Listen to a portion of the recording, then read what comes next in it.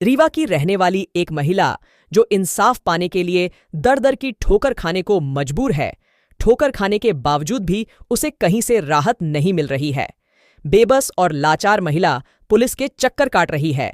उसने महिला थाना, सामान थाना और एएसपी ऑफिस तक न्याय पाने के लिए गुहार लगाई, लेकिन वहां से सिर्फ आश्वासन मिला कि इंसाफ मिलेगा। लेकिन कब? शायद तब जब पीड़ित महिला के साथ कोई बड़ी अनहोनी घट जाएगी। दरअसल सोशल साइट से संपर्क में आए युवक ने महिला के अकेलेपन का फायदा उठाया और उसका वीडियो बनाकर उसके साथ मारपीट कर गलत किया और फिर उसे जान से मारने की धमकी देते हुए महिला के घर में खड़ी उसकी कार और स्कूटी को बदमाश ने आग के हवाले कर दिया। लेकिन इतना संवेदनशील मामला होने के बावजूद भी पुलिस हाथ पर हाथ रखकर बैठी है। शायद पुलिस को इंतजार है कि महिला के साथ कोई अनहोनी घट जाए और फिर पुलिस एक्शन लेगी और आरोपी को पकड़ेगी, खुलासा करेगी और अखबारों में फोटो छपवाकर वाहवाही लूटेगी। आपको बता दें, महिला अपराध रोकने के बड़े बड़े दावे किए जाते हैं, महिलाओं को सशक्त बनाने की बात की जाती है, लेकिन वास्तव में पुरुष प्रधान भारत देश में आज भी महिला लाचार और बेबस है, क्योंकि महिला को सशक्त और सुरक्षा देने की बात कहने वाले लोग सिर्फ बातें ही करते हैं। ताजा मामला रीवा का है, जहां की रहने वाली एक महिला 3 महीने से दिन रात दहशत में जी रही है।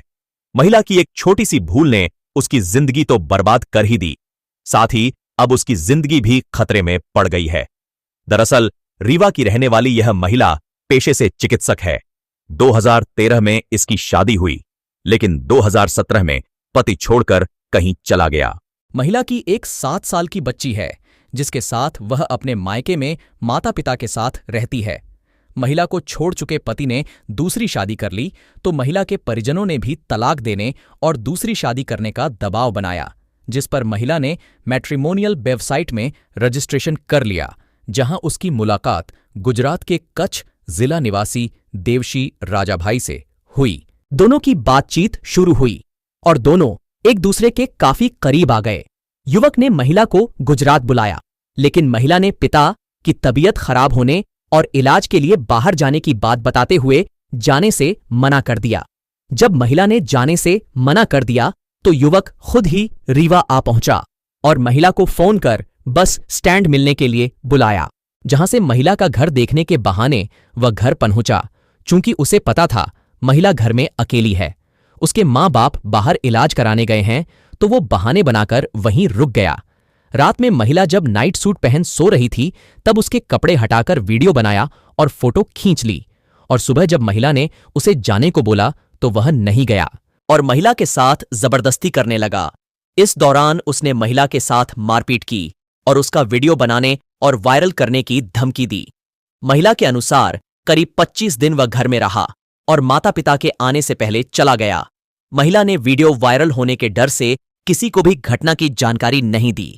महिला का एक फोन भी आरोपी अपने साथ ले गया और लगातार महिला पर गुजरात आने का दबाव बनाने लगा। लेकिन जब महिला नहीं गई, तो उसने महिला के परिचित नंबरों पर वीडियो और फोटो वायरल कर दिया, जिसके कारण महिला को हर जगह शर्मिंदा होना पड़ा। इसके बाद भी आरोपी नहीं रुका और महिला के घर के बाहर खड़ी गाड़ियों को आग के हवाले कर दिया और लगातार जान से मारने की धमकी दे रहा है। जिसके बाद महिला पुलिस के पास पहुंची, लेकिन उसे कोई राहत नहीं मिली। 3 महीनों से महिला जिल्लत भरी जिंदगी और डर के साए में जीवन जीने को मजबूर है। मैं रीवा की रहने वाली हूँ। मेरी शादी 2013 में हुई थी, लेकिन मेरे हस्बैंड ने शायद दूसरी शादी, मुझे पता चला कि दूसरी शादी कर ली, तो घर वालों के कहने के अनुसार मैंने डाइवोर्सी मैट्रिमोनी में आईडी बनाई। वहीं पे मेरी मुलाकात तो देवसी सुंदरवा, जो कि पेशे से शिक्षक है, गुजरात का रहने वाला, उससे हुई। तो हाँ, गवर्नमेंट शिक्षक है। तो 10-15 दिन मुश्किल से बात हुई होगी और पहले तो बहुत अच्छे से सभ्यता से बात कर रहा था मुझसे, तो मुझे थोड़ा सा उसका नेचर ठीक ठाक लगा।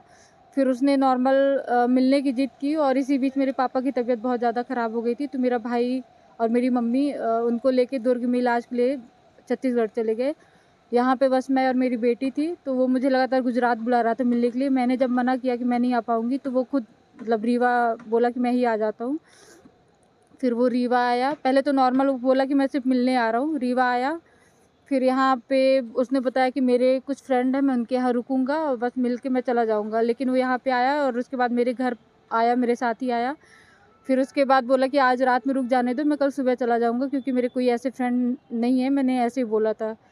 फिर वो रात में रुक गया नॉर्मल। उस दिन तो उसका नेचर ठीक-ठाक था और जो भी था थोड़ा-सा मैं इमोशनल, मतलब उससे उस दिन भी क्या हुआ, वो मिठाई वगैरह लाया था, वो मुझे याद भी नहीं था, मैंने खाया और मुझे उसके बाद का बहुत याद नहीं आ रहा है।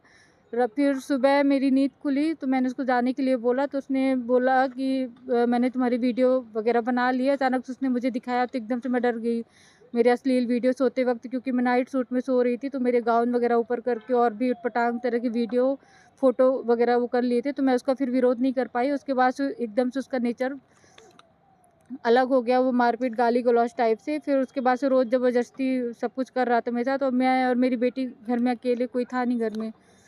ये लगभग 1 महीना जब तक मेरी मम्मी आ नहीं गई घर, तो ये 27 तारीख को मेरी मम्मी पापा को लेके घर आई, तो ये 27 तारीख को लगभग 10 बजे फिर यहाँ से निकल गया है। इसी बीच इसने मेरा मोबाइल था तो वो तोड़ के ये अपने पास रख लिया, मतलब ले ही गया, मुझे दिया नहीं, तोड़ के लड़ाई झगड़ा वो करके मेरा मोबाइल ले गया। फिर उसके बाद से वो मुझे लगातार बोला कि तुम गुजरात आओ।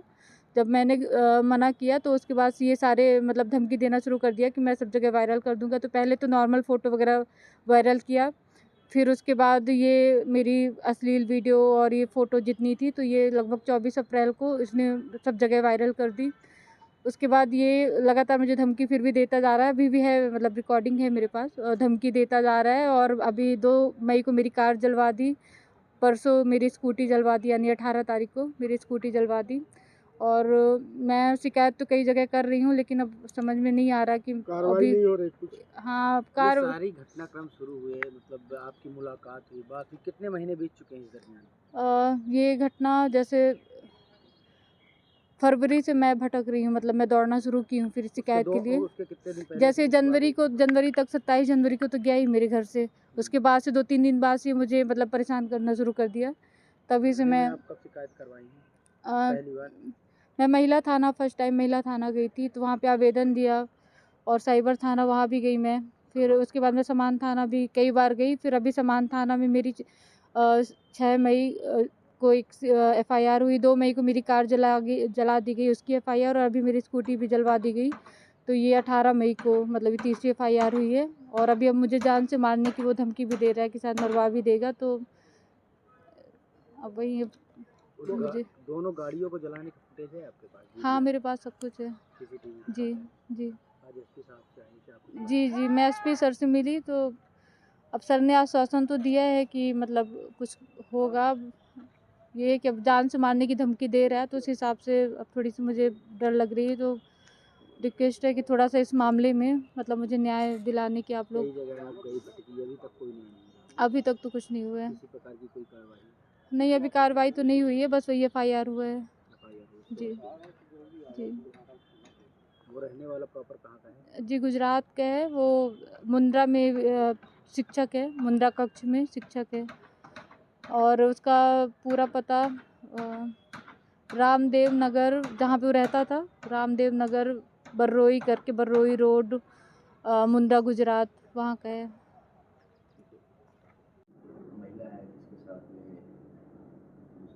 घटना सामने? एक थाना समान क्षेत्र में एक महिला निवासरत है और जिनके साथ एक व्यक्ति के द्वारा दुष्कर्म करने की उन्होंने रिपोर्ट किया है और जिसके बारे में आरोपी के बारे में बताया कि उसकी सोशल मीडिया और अन्य प्लेटफॉर्म से, ऑनलाइन प्लेटफॉर्म से उनके बीच में बातचीत हुई थी और फिर उसने बातचीत का फ़ायदा उठा के मिला और उसके बाद फिर उसके साथ दुष्कर्म किया था और जिसके आधार पे उनके कथनानुसार उसमें हमने कायमी की है और कुछ वीडियो भी वायरल किए हैं, ऐसी जानकारी महिला ने दी है जिसको भी हमने साक्ष्य के रूप में रखा है और इसके आधार पे उसमें तत्संबंधित धाराओं में उसमें हमने कायमी करके उसके खिलाफ विवेचना जारी है और जल्दी उसको गिरफ्तार किया जाएगा। ये आरोपी गुजरात का रहने वाला है, जो जानकारी महिला ने हमको दी है। शायद जो अभी तक पता है उसके आधार पे शिक्षक है वहाँ पे सरकारी उस विभाग में।